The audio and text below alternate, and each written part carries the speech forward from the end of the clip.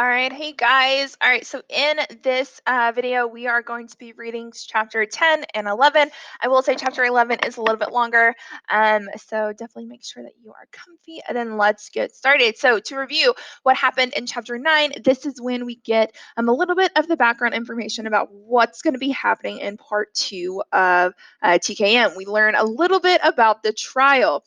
This is the first time we really see a lot of racial tension that's taking place in the book, and Scout makes it her age evidently clear when she is very confused as to the racial slurs that people are using. She does make a point to say that she does know that there is a negative connotative feeling with those words, and we learn that Atticus is kind of being viewed as a disgrace of the family because he is a white man who is standing up for a black man in the 1930s. Okay, so let's read chapter 10. Now, I will say to get started, chapter 10 is a massive metaphor. Okay, so it's very, very important that we kind of undive this together, and then we will jump back in with chapter 11. Okay, so he says, Atticus was feeble.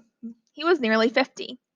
When Jim and I asked him why he was so old, he said he got started late, which we felt reflected upon his abilities and manliness. He was much older than our parents for our school contemporaries, and there was nothing Jim and I could say about him when our classmates said, "My father." Jim was football crazy. Atticus was never too tired to play keep away, but when Jim wanted to tackle him, Atticus would say, "I'm too old for that, son." Our father didn't do anything. He worked in an office, not in the drugstore. Atticus did not drive a dump truck for the county. He was not the sheriff. He did not farm, work in a garage, or do anything that could possibly arouse the admiration of anyone. Besides that, he wore glasses. He was nearly blind in his left eye and said left eyes were tribal curse of the Finches. Whenever he wanted to see something, he turned his head and looked with his right eye. He did not do the things our schoolmates' fathers did. He never went hunting. He did not play poker or fish or drink or smoke. He sat in the living room and read. With these attributes, however, he would not remain inconspicuous as we wished him to. That year, the school buzzed with the talk of him defending Tom Robinson, none of which was complimentary. After my bout with Cecil Jacobs, when I committed myself to a policy of cowardice, word got around that Scout Finch wouldn't fight anymore. Her daddy wouldn't let her. This was not entirely correct. I wouldn't fight publicly for Atticus, but the family was private ground. I would fight anyone from a third cousin upwards, tooth and nail. Francis Hancock, for example, knew that. When he gave us our air rifles, Atticus wouldn't teach us to shoot. Uncle Jack instructed us in the rudiments thereof. He said Atticus wasn't interested in guns.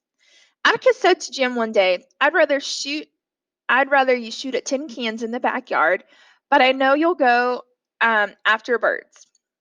Shoot all the blue jays you want if you can hit them. But remember, it's a sin to kill a mockingbird. That was the only time I'd ever heard Atticus say it was a sin to do something, and I asked Miss Maudie about it. Your father's right, said she said. Mockingbirds don't do one thing but make music for us to enjoy. They do not eat up people's gardens, don't nest in corn cribs. They do not do one thing but sing their hearts out for us. That's why it's a sin to kill a mockingbird. Miss Maudie, there's an old neighborhood, ain't it? Been here longer than the town. No, ma'am. I mean, the folks on our street are all old. Jim means the only children around here. Mrs. Dubose is close to 100, and Miss Rachel's old, and so are you and Atticus. I don't call 50 very old, Miss Maudie said tartly. Not being wheeled around yet, am I? Neither is your father. But I must say the Providence was kind enough to burn down that old mausoleum of mine. I'm too old to keep it up. Maybe you're right, Jean Louise. This is a settled neighborhood. You've never been around young folks much, have you? Yes, I'm at school. I mean young grown-ups. You're lucky, you know. You and Jim have the benefit of your father's age. If your father was 30, you'd live life quite different. I'm sure it would. Atticus can't do anything. You'd be surprised, said Miss Maudie. There's life in him yet. What can he do? Well, he can make somebody's will so airtight you can't anybody meddle with it. Shoot. Well, did you know he's the best checker player in town? Why, down at the landing when we were growing up, Atticus Finch could beat everybody on both sides of the river. Good Lord, Miss Maudie. Jim and me beat him all the time. It's about time you found out it's because he lets you. Did you know he could play a Jew's harp? The modest accomplishment served to me even more ashamed of him. Well, she said. Well, what, Miss Maudie? Well, nothing. It seems that it seems with all that you'd be proud of him. Okay, can't everybody play a Jew's harp? Now, keep out of the way of the carpenters. You'd better go home. I'll be in my azaleas and I can't watch you. Plank might hit you. I went to the backyard and found Jim plugging away at a tin can, which seemed stupid with all the blue jays around. I returned to the front yard and busied myself for 2 hours erecting a complicated breastworks at each side of the porch, consisting of a tire, an orange crate, a laundry hamper, the porch chairs, and a small U.S. flag Jim gave me from a popcorn box. When Atticus came home to dinner, he found me crouched down aiming across the street. What are you shooting at? Miss Maudie's rear end. Atticus turned and saw my generous target bending over her bushes. He pushed his hat to the back of his head and crossed the street. Maudie, he called, I thought I'd better warn you. You're in considerable peril. Miss Maudie straightened up and looked towards me. She said, Atticus, you're a devil from hell.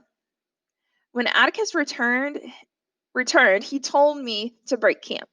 Don't you ever let me catch you pointing that gun at anybody again, he said. I wish my father was a devil from hell. I sounded like Calpurnia on the subject. Mr. Finch, why, he can do lots of things. Like what? Calpurnia scratched her head. Well, I don't rightly know, she said.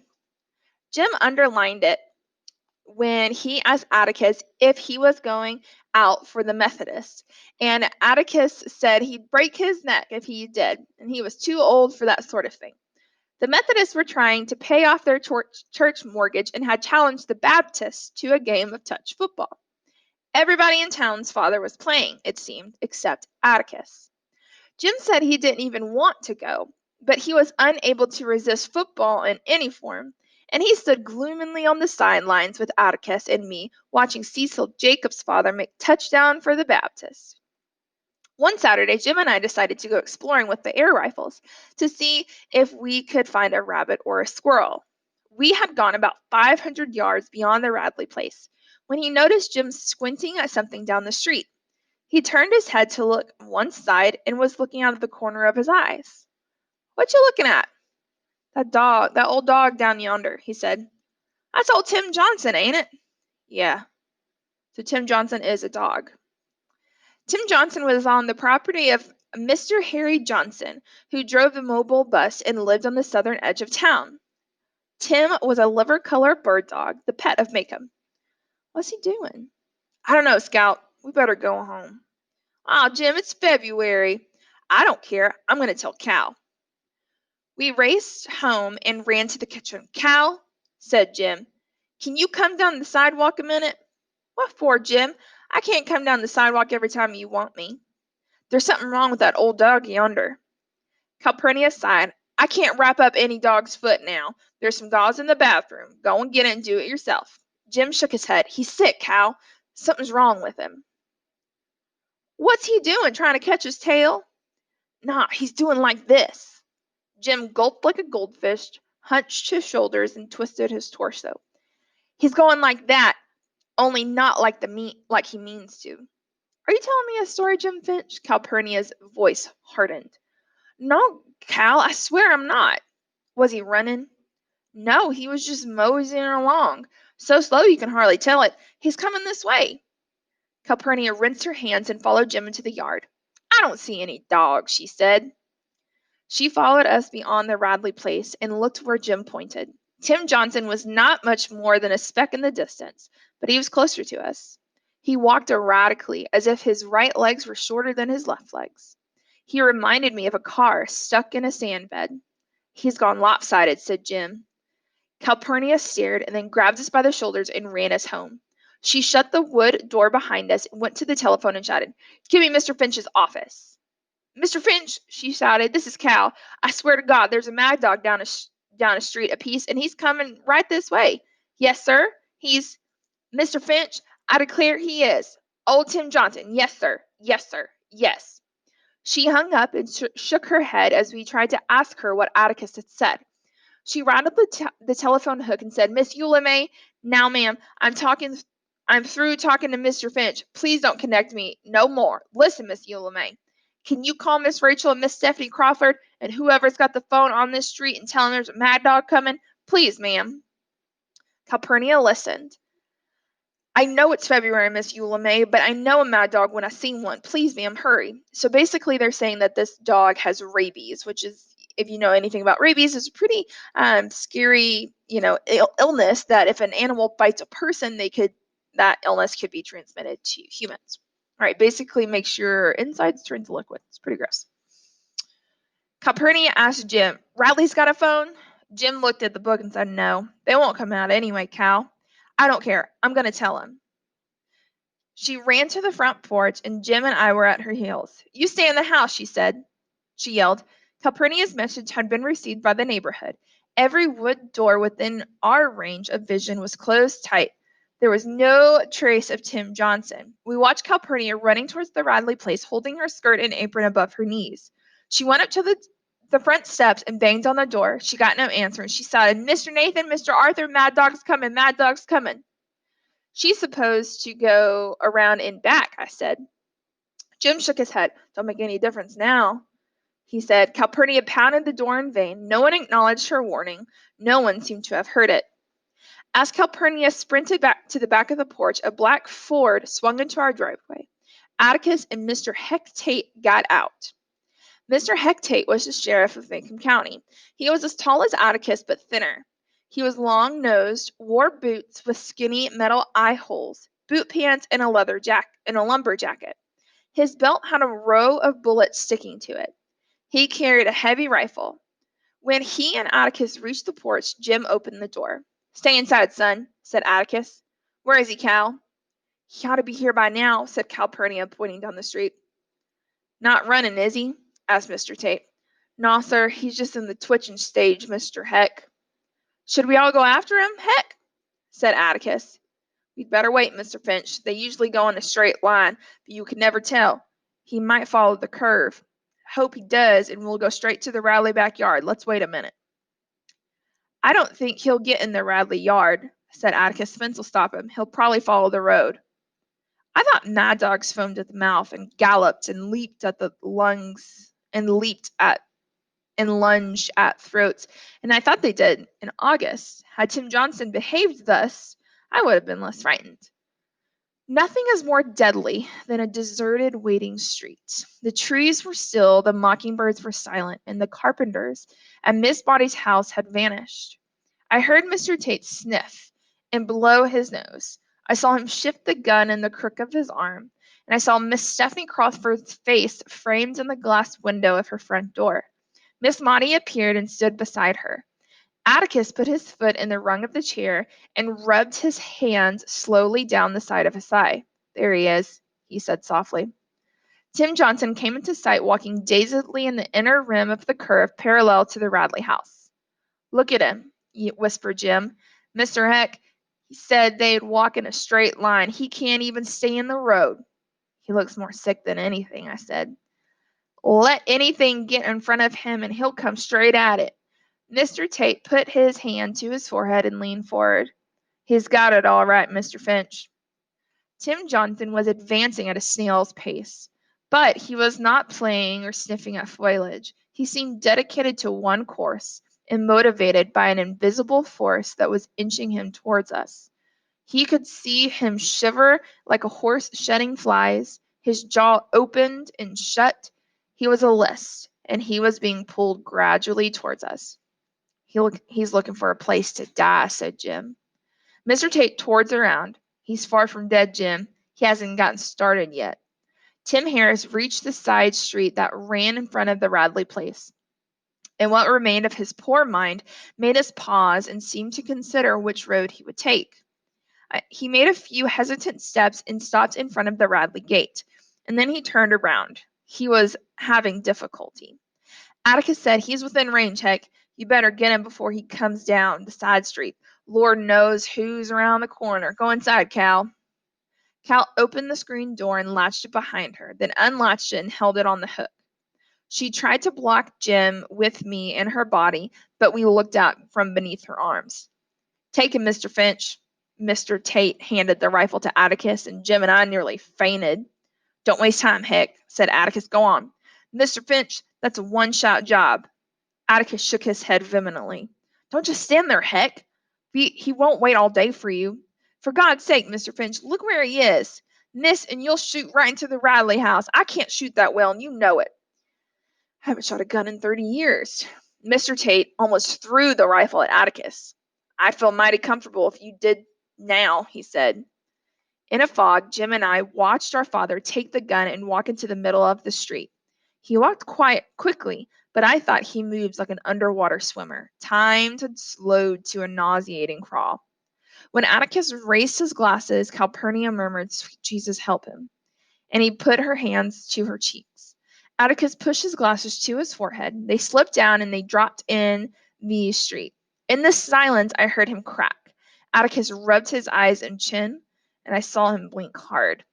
In the Radley gate, Tim Johnson had made up what was left of his mind. He had finally turned himself around to pursue his original course up our street. He made 2 steps forward, then stopped and raised his head. We saw his body go rigid. With these movements so swift they seemed simultaneous, um, Atticus's hand yanked a ball-tipped lever, and he pulled the gun to his shoulder. The rifle cracked, and Tim Johnson leaped, flopped over, and crumbled on the sidewalk in a brown and white heap. He didn't know what hit him.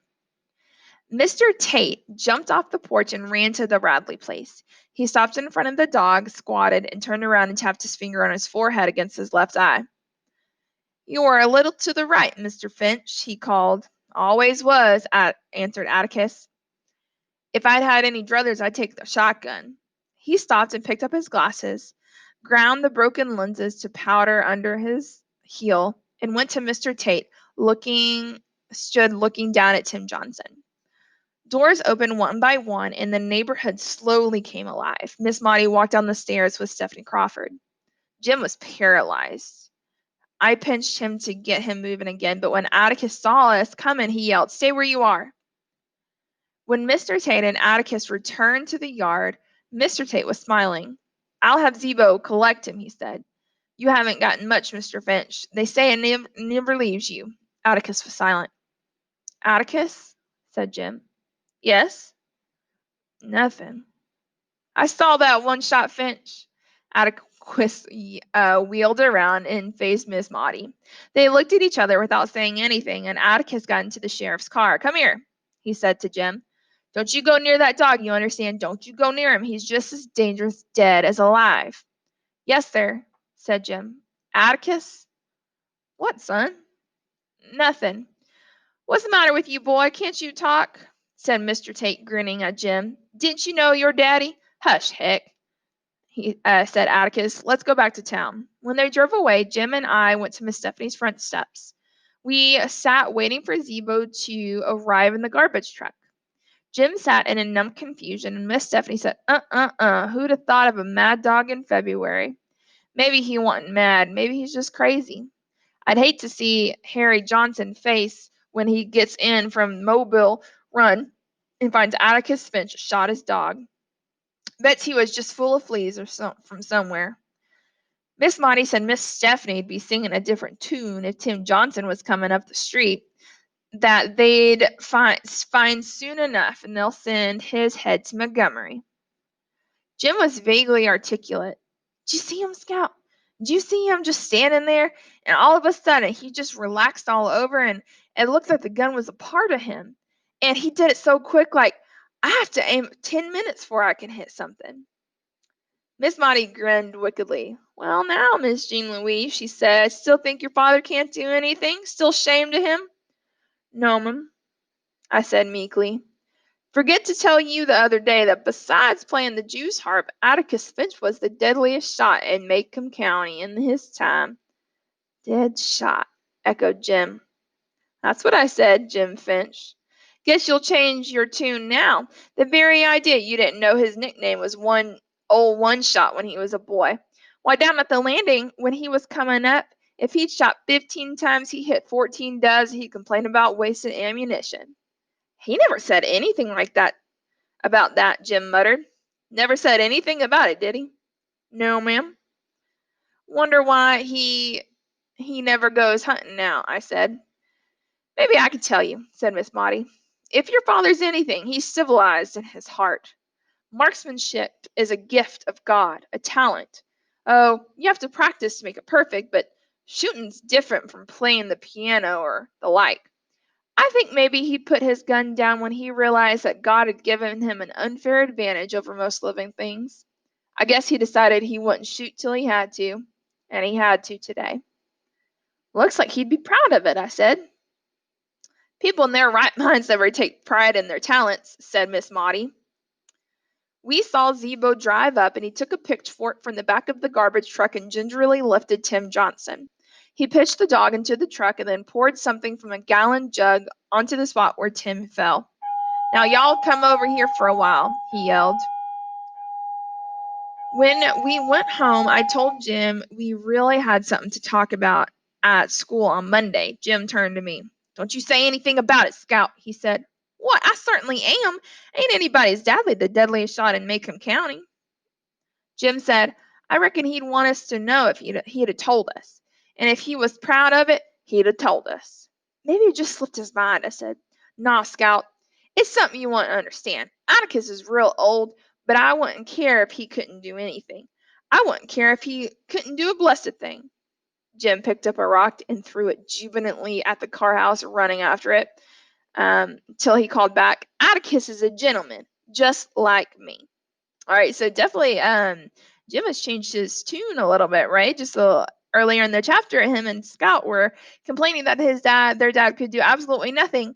But now all of a sudden that he knows that he can shoot, he's like, oh, my dad's the best. Yeah, that's awesome. Now, during our synchronous session, we are going to be talking about the importance of Tim Johnson and what he can kind of symbolize, but kind of be thinking about what Tim Johnson could be a symbol for. What is something that is very deadly and contagious if it kind of gets around town? As a reminder, anybody who cannot make it to class on time, close them out in the hallway, send them to the main office. We'll scoop them up and deal with them down here. Thank you. All right, that was announcements. All right, so now let's look at chapter 11.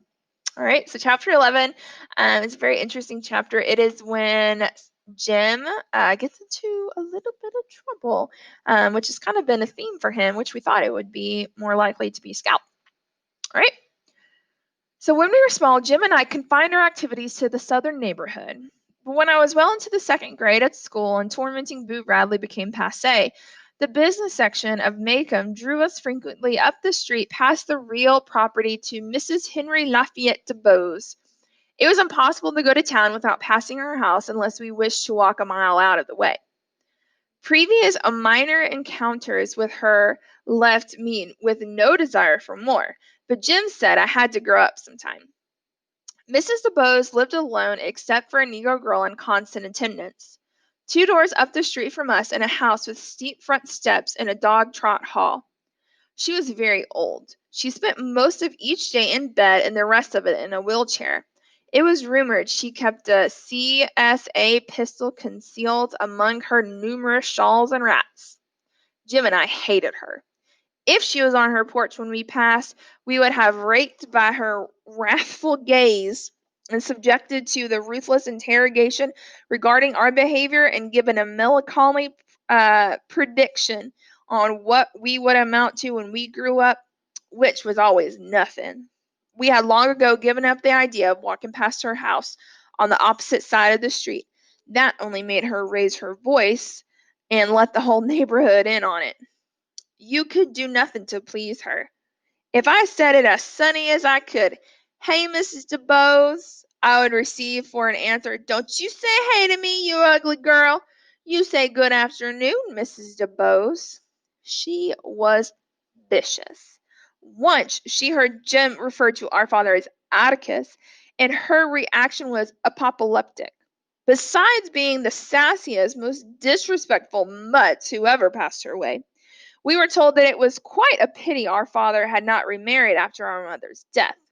A lovelier lady than our mother never lived, she said, and it was heartbreaking the way Atticus let her children run wild. I didn't remember our mother, but Jim did, and he would tell me about her sometimes, and he went livid when Mrs. Dubose shot us this message. Jim, having survived Boo Bradley, a mad dog, and other terrors, had concluded that it was cowardly to stop at Miss Rachel's front steps and wait, and had decreed that we must run as far as the post office corner each evening to meet Atticus coming from work. Countless evenings, Atticus would find Jim furious at something Mrs. Dubose had said when we went by. So this is starting to see Jim does not have a good relationship with this woman and is she's constantly kind of pressing his buttons. Okay, easy does it, son. Atticus would say. She's an old lady and she's ill. You just hold your head high and be a gentleman. Whenever she says to you, it's your job not to let her shake you mad. Jim would say she must not be very sick, she hollered so. When the three of us came to her house, Atticus would sweep off his hat, wave gallantly at her, and say, "Good evening, Mr. Bose. You look like a picture this evening." I never heard Atticus say a picture of what. He would tell her the courthouse news and would say he hoped with all of his heart she'd have a good day tomorrow. He would return his hat to his head and swing me to his shoulders in her very presence, and we would go home in the twilight. It was times like these when I thought of my father, who hated guns and had never been to any wars, was the bravest man who ever lived. It's a very powerful quote right there. The day after Jim's 12th birthday, his money was burning up his pocket, so we headed for town in the early afternoon, and Jim thought he had enough to buy a miniature steam engine for himself and a twirling baton for me.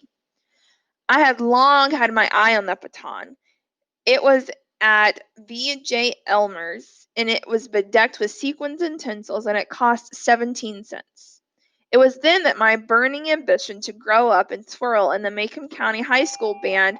Hey everybody, we did a pretty good job. We're going to keep doing that for a little while until we got ourselves under control. Teachers, I will clarify, that did not mean give students a hall pass so that they had an excuse to be late. It meant I want everybody in their classroom within 5 minutes, ready to roll when that bell rings.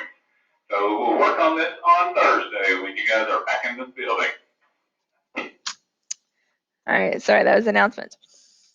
Having developed my talent to where I could throw up a stick and almost catch it coming down, I had caused Calpurnia to deny me entrance to the house every time she saw me with a stick in my hand. I felt that I could overcome this defeat with a real baton, and thought it was generous of Jim to buy one for me. When Mrs. Dubose was stationed on her porch when we went by. "Where are you two going at this time of day?" she shouted. "Playing hooky, I suppose. I'll just call up the principal and tell him." She put her hands on her wheels of her chair and executed a perfect right face. "Aw, it's Saturday, Miss Bose," said Jim. "Makes no difference if it's Saturday," she said obscurely. "I wonder if your father knows where you are." "Mr. Bose, we've been going to town by ourselves since we were this high," and Jim placed his hand palm down about 2 feet above the sidewalk. "Don't you lie to me," she yelled. "Jeremy Finch, Maudie Atkinson told me you broke down her scuppernog arbor this morning.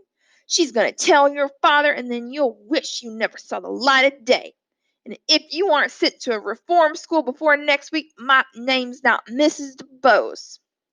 Jim, who hadn't been near Miss Maudie's scuppernog arbor since last summer, and who knew Miss Maudie wouldn't tell Atticus if he had, issued a general denial. "Don't you contradict me," said Mrs. Dubose bawled, "and you," she pointed her arthritic finger at me, What are you doing in those overalls? You should be in a dress and camisole, young lady. You'll grow up waiting on tables if somebody doesn't change your ways. Aunt Finch waiting on tables at the OK Cafe. Ha! I was terrified. The OK Cafe was a dim organization on the north side of the square. I grabbed Jim's hand, but he shook me loose. Come on, Scout, he whispered. Don't pay any attention to her. Just hold your head high and be a gentleman. When Mrs. Dubose held us, not only a Finch waiting on tables, but one in the law house, lawn for ends. Jim stiffened. Mrs. Dubose's shot had gone home, and she knew it. Yes, indeed. What has the world come to when a Finch goes against his race? And I'll tell you. She put her hand to her mouth. When she drew it away, a trail of long silver thread of saliva. Your father's no better than the inns and trash he works for. Jim was scarlet. I pulled at his sleeves, and we were followed up the sidewalk by a philippic on our family's moral degradation, the major premise of which was that half of the Finches were in the asylum anyway, but if our mother were living, we would not have come to such a state. I wasn't sure what Jim resented most, but I took umbrage at Mrs. Dubose's assessments of the family's mental hygiene. I had not I had become almost accustomed to hearing assaults aimed at Atticus, but this was the first one coming from an adult. Except for her remarks about Atticus, Mrs. Dubose's attacks was only routine. There was a hint to summer in the air. In the shadows it was cool, but the summer was warm, which meant good times coming. No school and Dill. Jim bought his steam engine and went by Elmore's for my baton. Jim took no pleasure in his acquisition. He jammed it in his pocket, walked silently beside me towards home. On the way home, I nearly hit Mr. Link Diaz, who said, "Look out now, Scout," when I missed a toss, and when we approached Mrs. Dubose's house, my baton was grimy from having picked it up out of the dirt so many times. She was not on the porch. In later years, I sometimes wonder exactly what made Jim do it. What made him break the bonds of "you must be a gentleman's son" to the phase of self-conscious rectitude that he had recently entered. Jim had probably stood as much guff about Atticus lawn for ends as I had, and I had taken it for granted that he had kept his temper. He had a naturally tranquil disposition and a slow fuse. At the time, however, I thought the only explanation for what he did was that for a few minutes he simply went mad. What Jim did was something I'd do as a matter of course had I not been under Atticus's interdict, which I assumed included not fighting horrible old ladies. We had just made it to her gate when Jim snatched my baton and ran, flailing wildly up the steps into Mrs. Dubose's front yards, forgetting everything Atticus had said, and forgetting that she packed a pistol under her shawls, and forgetting that if Mrs. Dubose missed, her girl Jessie probably wouldn't. He did not begin to calm down until he cut the tops off of every camellia bush Mrs. Dubose owned, until the ground was littered with green buds and leaves. He bent my baton against his knee and snapped it to and threw it down. By the time I was shrinking, Jim yanked my hair and he said he didn't care. He'd do it again if he got the chance. And if I didn't shut up, he'd pull every hair out of my head. If I didn't shut up, he'd kick me. I lost my balance and fell on my face. Jim picked me up roughly and looked like he was sorry. There was nothing to say. We did not choose to meet Atticus coming home that evening. We sulked around the kitchen until Calpurnia threw us out. By some voodoo system, Calpurnia seemed to know all about it. She was a less than satisfactory source of population, and she did give Jim a hot biscuit and butter, which he tore in half and shared with me. It tasted like cotton. We went to the living room, and I picked up a football magazine and found a picture of Dixie Howe and showed it to Jim and said, "This looks like you." This was the nicest thing I could think to say to him, but it was no help. He sat by the windows, hunched down in a rocking chair, scowling and waiting. And the daylight faded. 2 geological ages later, we heard the soles of Atticus's shoes scrape the front steps. The door slammed and there was a pause, and Atticus was at the hat rack in the hall. We heard him say, "Jim." His face was like the winter wind. Atticus switched on the ceiling light in the living room and found us there, frozen, still. He carried my baton in one hand. Its filthy yellow tassel trailed on the rug, and he held out his other hand. It contained a fat camellia bud. Jim, he said, are you responsible for this? Yes, sir. Why'd you do it? Jim said softly. Because, or she said you lawed for ends and trash. You did this because she said that. Jim's lips moved, but his yes, sir was inaudible. Son, I have no doubt that you've been annoyed by your contemporaries about me lawing for ends, as you say, but do something like this to a sick old lady is inexcusable. I strongly advise you to go down and have a talk with Mrs. Dubose, said Atticus. Come straight home afterwards. Jim didn't move. Go on, I said. I followed Jim out of the living room. Come back here, Atticus said to me, and I came back. Atticus picked up the mobile press and sat down in the rocking chair Jim had vacated. For the life of me, I did not understand how he could sit there in the cold blood and read a newspaper when his only son stood an excellent chance of being murdered with a Confederate Army relic. Of course, Jim antagonized me sometimes until I could kill him, but when it came down to it, he's all I had. Atticus didn't seem to realize this, or if he didn't care. I hated him for that. But when you're in trouble, you become easily tired. So I was hiding in his lap, and his arms were around me. You're mighty big to be rocked. You don't care about what happens, I said. You just send him down there to get shot at when all he was doing was standing up for you. Atticus pushed my head under his chin. It's not time to worry yet, he said.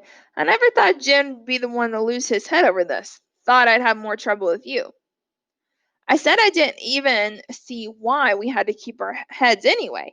That nobody I knew at school had to keep his head about anything. Scout, said Atticus, when summer comes, you'll have to keep your head about far worse things. It's not fair for you and Jim, I know that, but sometimes we have to make the best of things. And the way we conduct ourselves when the chips are down, well, all I can say is when you and Jim are grown, maybe you'll look back on this time with some compassion and some feeling that I didn't let you down. This case, Tom Robinson case, is something that goes to the essence of a man's consciousness. Scout, I couldn't go to church and worship God if I didn't try to help that man. Atticus, you must be wrong. How's that? Well, most folks seem to think that they're right and you're wrong. Well, they're certainly entitled to think that, and they're entitled to full respect for their opinions, said Atticus. But before I live with other folks, I've got to live with myself. That's one thing that doesn't abide by the majority rules is a person's conscience. When Jim returned, he found me still in Atticus's lap. Well, son, said Atticus. He set me on my feet, and I made a secret recognizance of Jim. He seemed to be all in one piece, but he had a queer look on his face. Perhaps she had given him a dose of calomel. I cleaned it up for her and said I was sorry, but I ain't, and that I'd work on him every Saturday and try to make him grow back out. There was no point in saying you were sorry if you aren't, said Atticus. Jim, she's old and ill. You can't hold her responsible for what she says and does. Of course, I'd rather she have said it to me than to either of you, but we can't always have our druthers. Jim said, fascinated by a rose in the carpet. Atticus, he said, she wants me to read to her. Read to her? Yes, sir. She wants me to come in every afternoon after school on Saturdays and read to her out loud for 2 hours. Atticus, do I have to? Well, certainly. But she wants me to do it for a month. Then you'll do it for a month. Jim planted his big toe delicately in the center of the rose and pressed it in. Finally, he said, Atticus, if it's all right on the sidewalk, but inside it's all dark and creepy. There's shadows and things on the ceiling. Atticus smiled grimly. That should appeal to your imagination. Just pretend you're inside the Radley house. The following Monday afternoon, Jim and I climbed the steep front steps of Mrs. Dubose's house and padded down the open hallway.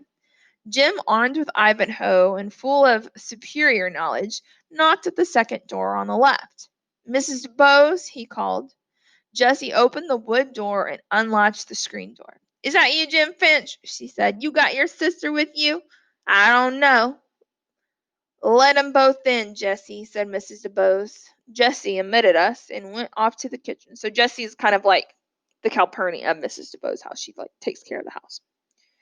An oppressive odor met us when we crossed the threshold, an odor I had met many times in the rain-rotted gray houses where there were coal oil lamps, water drippers, and unbleached domestic sheets. It was always made me afraid, expectant, watchful. In the corner of the room was a brass bed, and in the bed was Mrs. Dubose. I wonder if Jim's activities had put her there, and for a moment I felt sorry for her. She was lying on her pile of quilts, and looked almost friendly.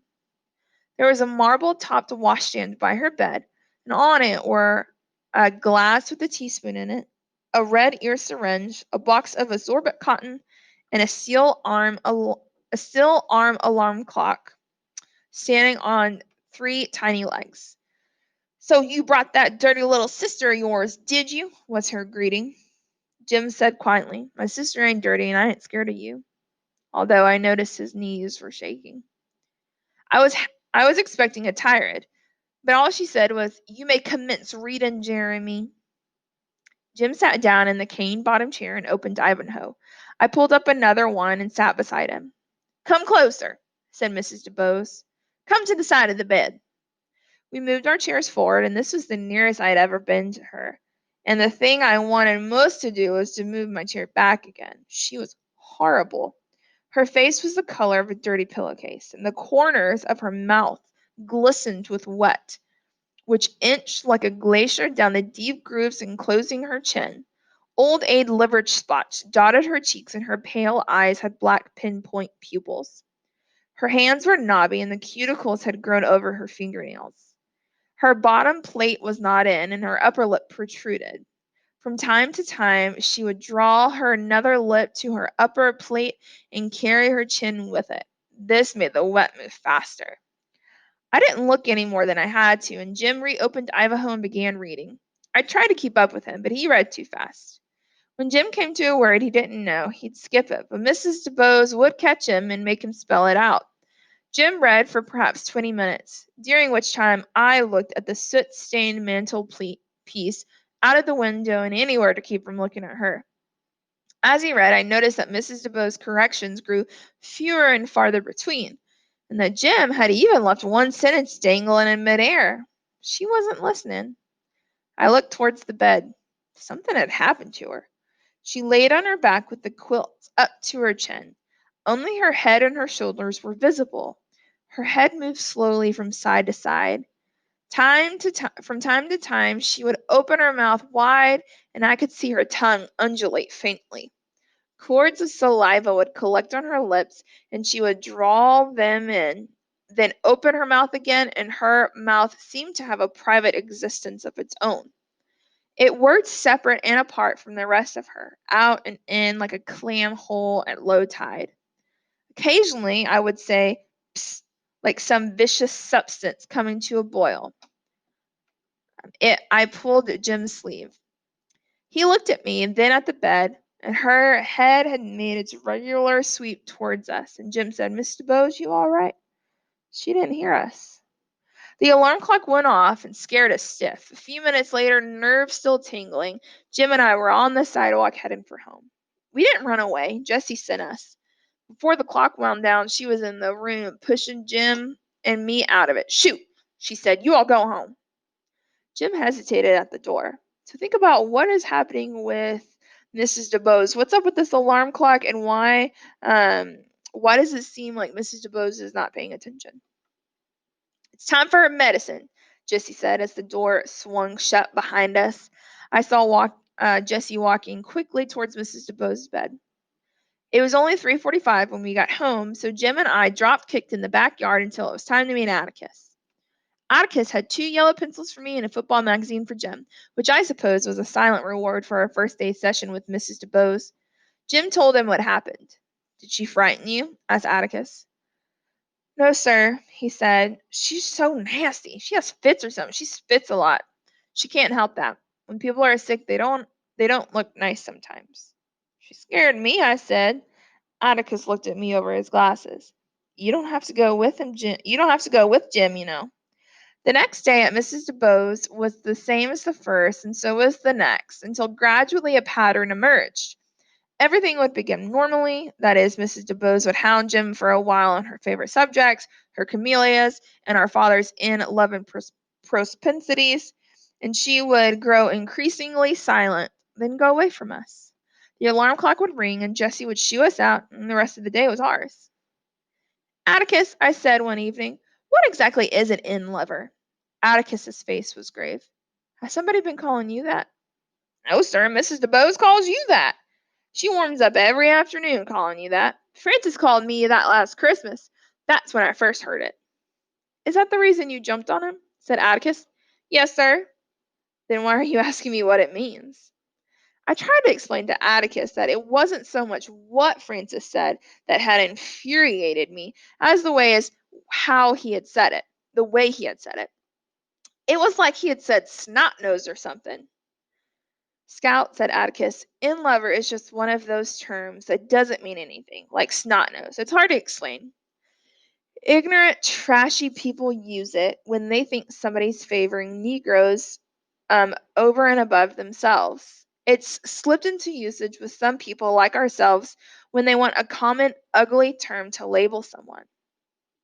You aren't really an in-lover, then, are you? I certainly am. I do my best to love everybody. I'm hard put sometimes, baby. It's never an insult to be called what somebody thinks is a bad name. It just shows you how poor that person is. It doesn't hurt you. So that's a very, very powerful advice that's definitely still relevant to us today. So don't let Mrs. Dubose get you down. She had enough troubles on her own.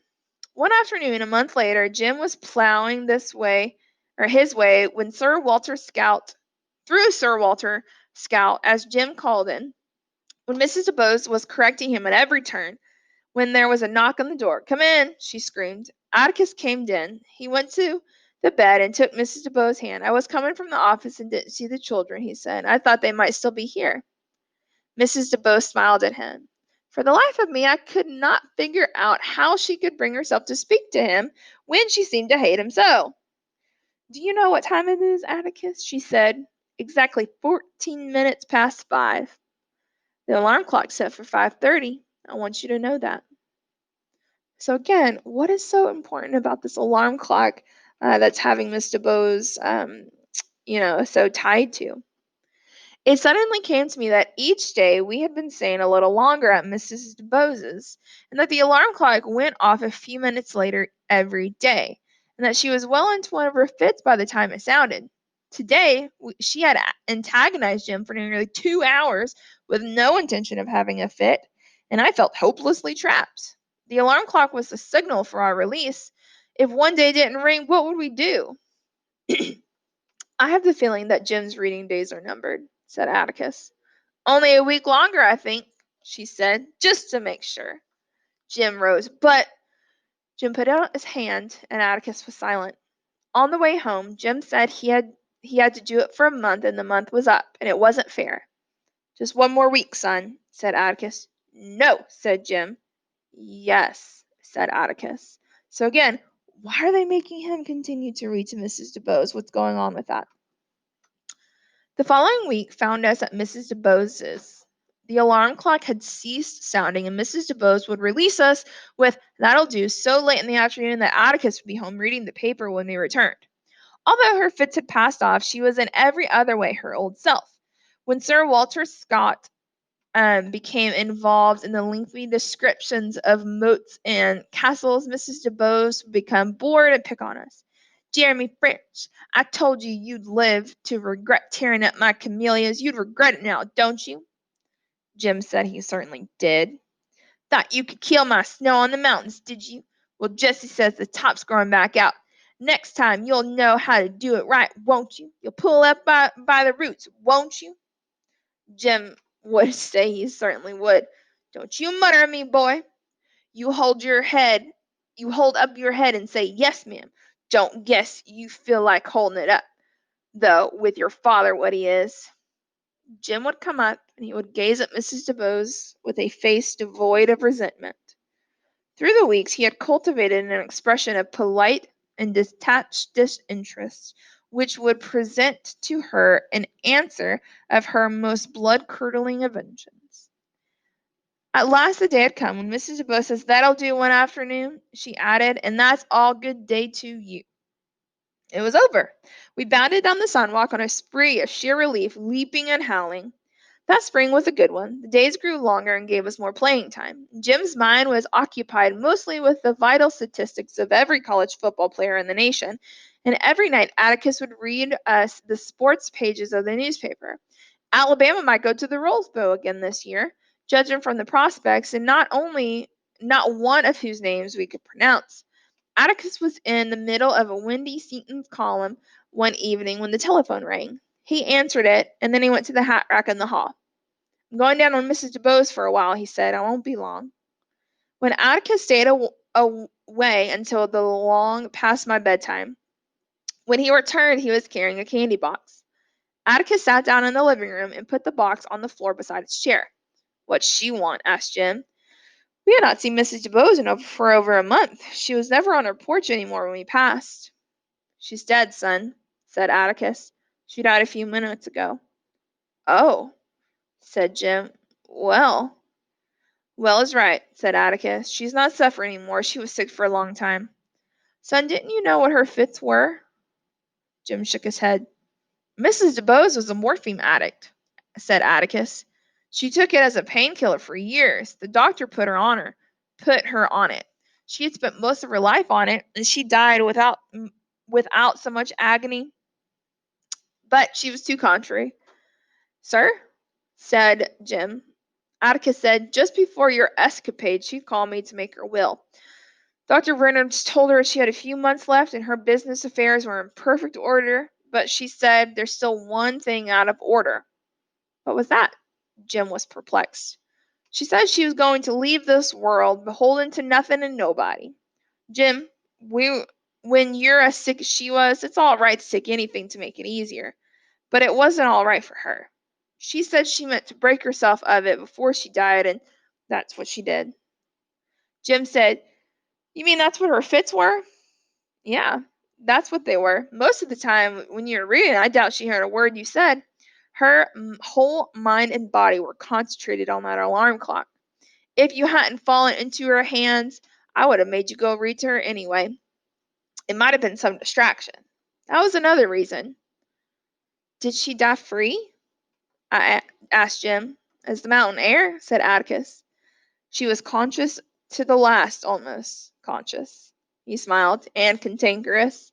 "She still disapproved heartily of my doings, and said I'd probably spend the rest of my life bailing you out of jail. She had Jessie fix you up this box." Jessie reached down and picked up the candy box, and she handed it to Jim. Jim opened the box, and inside, surrounded by wads of damp cotton, was a white, waxy, perfect camellia. It was the snow on the mountain. Jim's eyes nearly popped out of his head. "Old hell devil! Old hell devil!" he screamed, flinging it down. "Why can't she leave me alone?" In a flash, Atticus was up and standing over Jim. Jim buried his face in Atticus's shirt. "Shh," he said. "I think this is her way of telling you everything's all right now, Jim. Everything's all right. You know, she was a great lady." "A lady?" Jim raised his hand. His face was scarlet. "After all those things she said about you, a lady?" "She was. She had her own views about things, a lot different from mine. Maybe. Son, I told you if you hadn't lost your head, I would have made you go read to her. I wanted you to see something about her. I wanted you to see what real courage is, instead of getting the idea that courage is a man with a gun in his hand. It's when you know you're licked before you begin, and you begin anyway, and you see it through no matter what. You rarely win, but sometimes you do. Mrs. Dubose won all 98 pounds of her. According to her views, she died beholden to nothing and nobody.